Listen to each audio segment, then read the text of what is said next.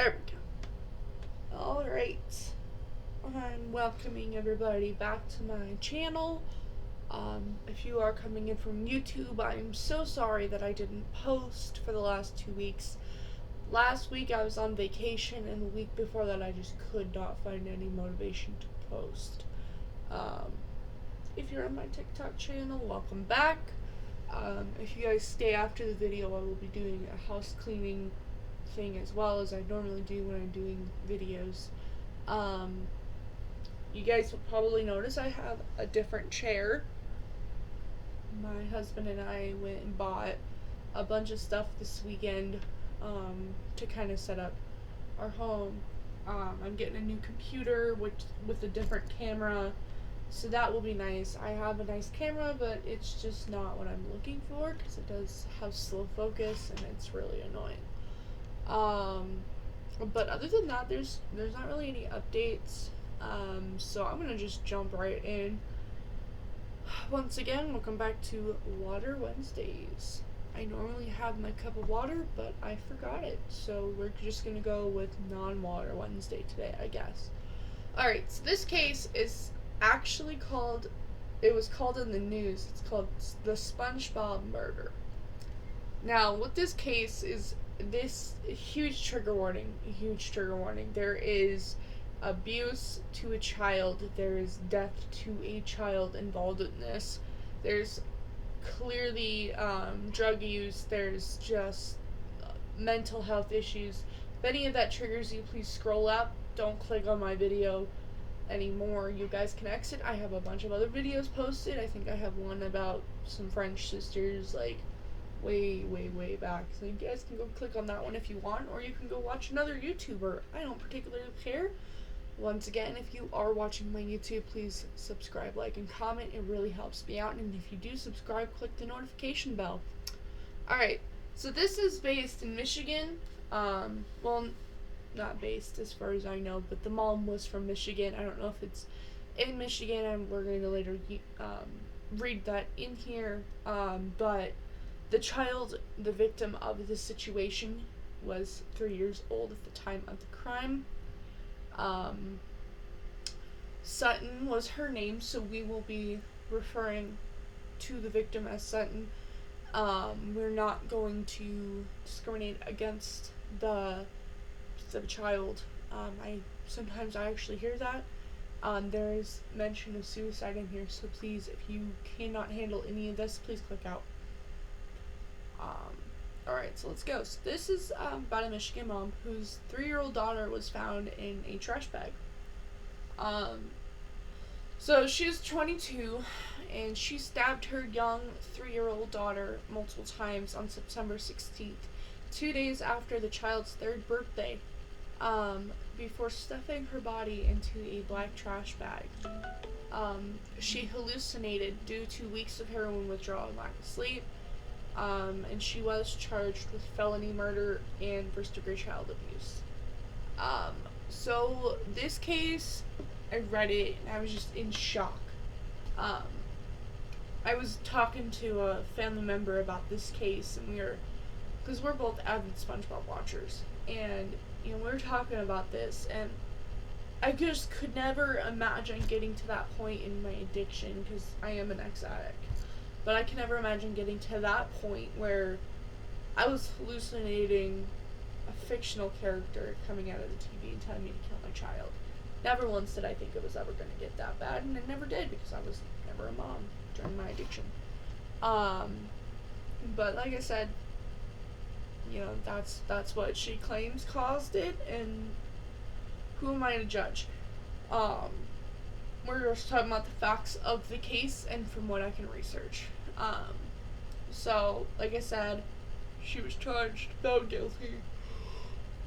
So at least there's justice for the little girl.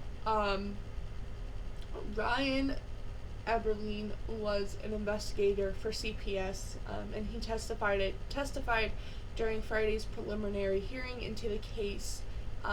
Ryan interviewed Johnson on October 1st and said that on the day Sutton was killed, Johnson said she left her with her mom, or how had left her mother's grave. I'm sorry, I did not read that right. According to a news article, she said she had returned to her mother's house and attempted to kill herself before she killed her daughter. Uh, so, as much as I hate to kind of give the perpetrator the benefit of the doubt, which we're not doing at all with what I'm about to say, but, she was clearly going through something. And, I myself never had postpartum depression, but I know that a lot of moms did. A lot of moms don't have the motivation after their child reaches 6-7 years old because they don't know what's really going on, and they, at that point, they just don't want to be on earth. They don't, they feel like they're being a terrible mom guilt is a real thing, you guys. It's, if you are having postpartum depression, you feel like you have no motivation, or you can't get out of bed in the morning, like you just super slow. I don't really know how to describe postpartum depression, but if you're feeling like any form of depression after you have a child, go see a doctor. Even if you don't have a child, please go see a doctor. Take care of yourself. Mental health right now is super duper important, especially during the war that's breaking out around us. It's just, I feel like we should be 100% in a good mind space for life, prior to children, during having kids, after having children. So if you do have that type of issue, please go see a counselor, talk to your doctor. If you're a minor, talk to your parents about that. Depression is a real freaking hard thing to deal with, and sometimes there are reasons that so many mothers just do the most outrageous things and say the most outrageous things with their children. So I'm just throwing that out there. She told me, the CPS worker is saying that she told him she didn't remember the specifics of what happened at the time of the death. She said that she was... She said that she was experiencing hallucinations from the TV that had instructed her to take her daughter's life. Like I said, she stuffed her child into a garbage bag afterwards and hallucinated Spongebob saying things on the TV, such as if she didn't do what she did to her daughter, they would kill her. She said she was afraid for her life and she had lost her mind. Johnson sobbed as she was led into the courtroom in shackles and cried throughout the hearing. So, and I have very little sympathy for somebody who has these types of hallucinations about their child and they follow through with them. Like, as a mom, I definitely could never imagine sitting there thinking, I'm gonna kill my kid, and then proceeding to go through with that. As parents, we say crazy things to our child, in the public store because we're embarrassed and frustrated and, word vomit. We're human. It happens that, that's what happens to us because we're humans. We are allowed to make mistakes. But as a mom, there's so much pressure from society to be the perfect mom, to be skinny, to be, perfectly happy and not have any of these issues, to have a clean house, to have good, well-behaved children. Sometimes that isn't fully achievable. You can't do a million things at once. And yeah, you do get frustrated. If your 3-year-old is sitting there screaming in the store, you're probably going to think, oh my god, I'm so embarrassed. That's a normal human thing. And a lot of people don't just stop. They stare. They literally will watch your child kick and scream in the grocery store, and that makes it even worse for the parent. And there are times that when I was younger, I was nannying, I was babysitting a child, and they throw a big temper tantrum, and I'm like, oh my god, I want to kill this fucking kid for being so crazy in the store. And that happens, but I can never imagine myself getting to the point where I'm like, I want to kill my kid. Oh, I'm gonna fucking do it. Like, I just don't understand. And I don't think I ever will.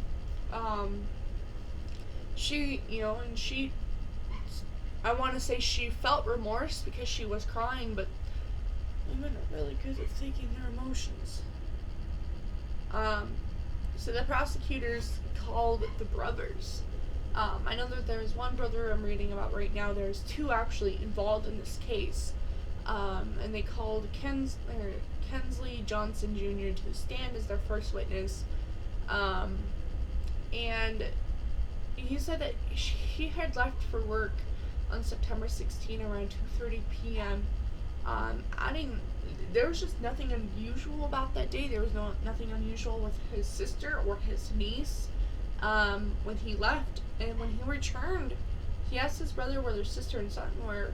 And when their brother 17 went back to the home to look for him, he said he saw a human child's foot sticking out of the bag. So I kind of want you guys to see the timeline in all of this. He left at 2:30 p.m. and he arrived at 3:30 a.m. That is, I mean, that's a decent working hour, but like that's not that long of time. That's 5 hours. I'm not really good with math, you guys, and you should know this. I'm just saying, you come on my channel enough to know I'm a hot freaking mess. But like I said, like that's a decent timeline, but it's not long timeline. And from the time that he left, there was nothing unusual going on. There was somebody, their other brother who was 17 at the time, who was also around these people, around the daughter and the mother. So the fact that she did what she did so freaking fast with no suspicion whatsoever, it just, for me, it just doesn't. Unless she really was going through heroin withdrawals, I just couldn't imagine if she was, for brothers to leave their sister alone while going through a heroin withdrawal with her child. Maybe that's just me, but if I knew somebody who was going through a heroin withdrawal with child, and I knew that she hadn't slept for a couple weeks, I knew that she was going through really, really bad withdrawals, I would probably take care of the child while she was dealing with that. That's just my opinion, though. I just couldn't imagine leaving a child in that situation. But I have been fighting like hell to keep that away from my kids, so that's probably why. Hi. So, because of the age, because he was a minor, he wasn't named at all, so we don't know that other brother's name. But he said he ran into his sister in the bathroom at 6 a.m. on September 16th, where he said it looks as if Johnson had been doing lines of cocaine. I probably shouldn't have said that. Oops, okay, well, that's great. YouTube, please don't take this video down. You know how I am. So, he wasn't quite sure, though. And she just yelled at him and said, "Mind your own effing business." But that was a normal response, he said. So everything at this point was super duper normal for, the brothers. They had zero suspicion this was gonna happen. Zero suspicion. And I just don't know. I just feel like there should have been a warning sign, but, according to them, there wasn't. But in most of these cases, like, the family just doesn't realize what the hell is really going on with their family. Like, and it drives me nuts, because I know everything that's happening with my family without even talking to them, because of the way that they talk to me, the way that they text me, the way that we keep in contact. Like, I know something's wrong with my sister when she's talking to me constantly, if that makes sense. Like, my sister and we have a great relationship. I love my sister, and she is very, what's the word? Whatever, internal. So, like, she can go 4 months without talking to anybody, and she will continue a conversation that happened 4 months ago. Now that's normal. But if my sister is sitting there talking to me every day, calling me every day, I know something's wrong. I know that she's either falling into depression, she's thinking about drugs, all of this shit, because of her past. And, my mom, for instance, she's dealing with some personal shit that's happening in our family right now. We're going through a nasty divorce with my stepdad. And I know that something's wrong when she's not calling me.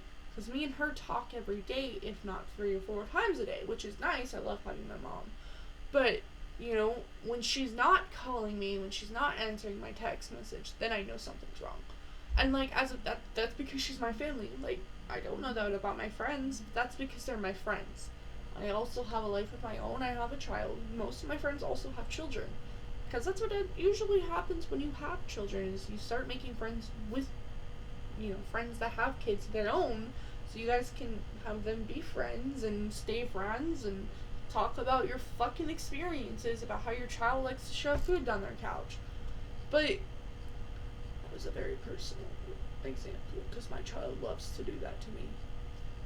But I just don't feel like, there's no fucking way that it was normal. No way, in my opinion, that there was anything normal. Like, maybe abnormal for us, normal for them, I don't know. I just don't personally know. But he ran, he noticed that there was a foot sticking out of the garbage bag, and he ran up and told Kingsley there's a foot in the bag, and he didn't believe me. He thought I was joking. The brothers ended up looking at the bag, and they called their uncle, and told him everything, and I'm pretty sure they ended up calling the cops, because these guys were semi-responsible, and they were like, nope. So, he started telling, to the CPS caseworker, started telling him how he came home from work on this day and looked throughout the house for his sister and niece and was unable to locate them. The officer testified Friday at the point he said, when we found this, referring to what was later found was the human foot, said he went back to the room of the house, went to a back room of the house where he found a blue tote bag with 2 garbage bags stuck on top with the foot exposed. Johnson told investigators, SpongeBob SquarePants, you guys heard that right, from Nickelodeon, instructed her to kill her daughter. I felt the bottom of the child's foot, it was cold to the touch, and EMS was called to the scene. He said he proceeded to call detectives from the department and a medical examiner to respond. Investigators found several bloodstains on a hallway closet door and a living room couch and items on the bedroom. Shane Hill, a forensic scientist with Michigan State Police Crime Lab, testified 3 knives were also found in a bedroom. Sutton's body was wrapped in a comforter inside of the back, along with a pair of jeans, and tested positive for blood. Hill testified that it was most likely that Sutton was killed inside of the home, and the county medical examiner, Dr. J.L. Sinkrin, said Sutton had stab wounds in her neck, chest, and abdomen, and with one large wound exposing the child's part of her her small intestines. Whew, God, that one was a rough one to read. So what this kind of is saying, because I know I read that super fast, and I'm super sorry if you guys couldn't keep up with all of that. But what technically it's saying that the brothers found the body, and they called the police, and the investigators were scrambling to get people to come and help out with them. They found bloodstains on the hallway closet door, on a living room couch, and a couple items in a bedroom. So what that kind of tells me is that this little girl fought for her life. I don't know if there was any defensive wounds. We're not quite there yet. Pretty sure there probably was. Because this obviously was in different areas. This was in the living room, this was in the bedroom, this was in the hallway, with the closet. Like, that, for me, that says this child was running. She was trying to get away, and obviously the mom ended up winning this fight. And to the point where she got stabbed 3 times so hard that it went through her neck and her chest. The way our bodies are set up, and I don't know about children because I'm clearly not scientific at all. I'm a hot mess. But the way our bodies are designed is our rib cage, that's our most important part of our entire body. There's a reason why it's called a cage, rib cage, because all of our rib cages literally encase our intestines and our organs to the point where it's like a shield. It's literally like armor. We have armor inside it. That's a great way of looking at it. But a rib cage is like armor for our internal organs. And the fact that she was able to get through her chest, past that, to the point where her small intestines were showing. That is absolutely insane. That shows how much strength was put into this, um, in how much energy, because obviously, like I said, the child was running. She was running for her life. She was running in the living room through the hallway to the bedroom, like, clearly running for her life. Um, and it just, it's just crazy to me. I could never imagine that. But prosecutors asked the judge to move Johnson's case over to circuit court for trial. And I don't really know anything about that. I'm going to start doing a little more research on these types of things for me so that I know what I'm talking about. But, it's probably like a stop and go. Oh, a stop and go trial, kind of to get everything rolling. The request was granted and a pre-trial hearing was scheduled for 9:30 a.m. on February 28th. He ordered Johnson to remain in jail without bond. And, this is kind of where everything stops. I did a little research with a couple articles and that's all I found. So, that's not enough as much as I wanted to, but I think I kind of explained it as much as I could. So, just, the little girl got justice, and that's what matters to me. It's not how it happened or how little or how much information is out there about the case, but, she got justice in the end, and that's what matters. But it's sad that, heroin's starting to get legalized in places where it's handed out by the government. And heroin it's a very damaging drug. I mean, my stepdad just relapsed on it. And he's now stalking my mom. He has now threatened my mom, and, my mom has made over 100 police reports in the last month because of it.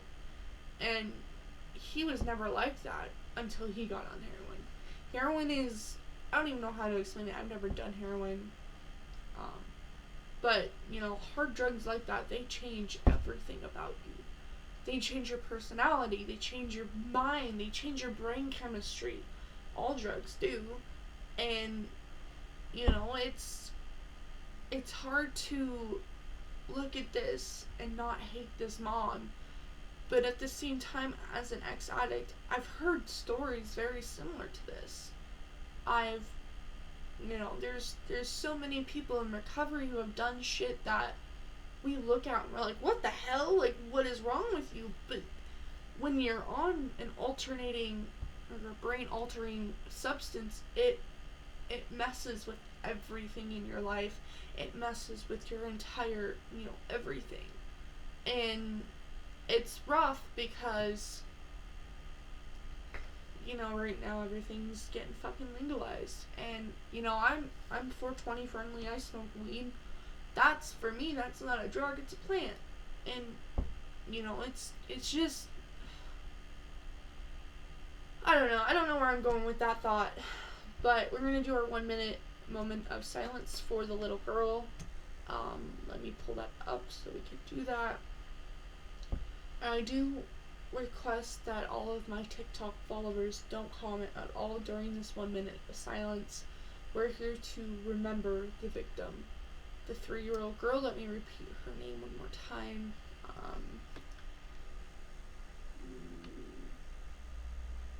It's Sutton Moser. So we're going to do 1 minute of silence to remember little Miss Sutton. Alright, we're starting now.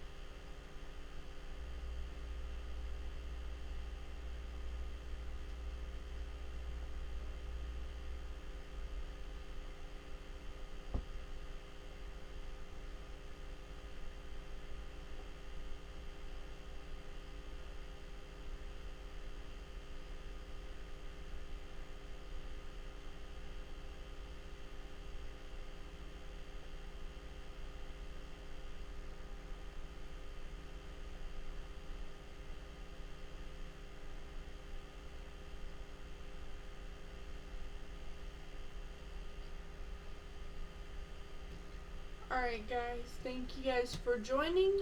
Again with my YouTube channel, if you haven't yet, click like, comment, and of course subscribe and click the notification bell. It really helps me out. Thank you guys for joining.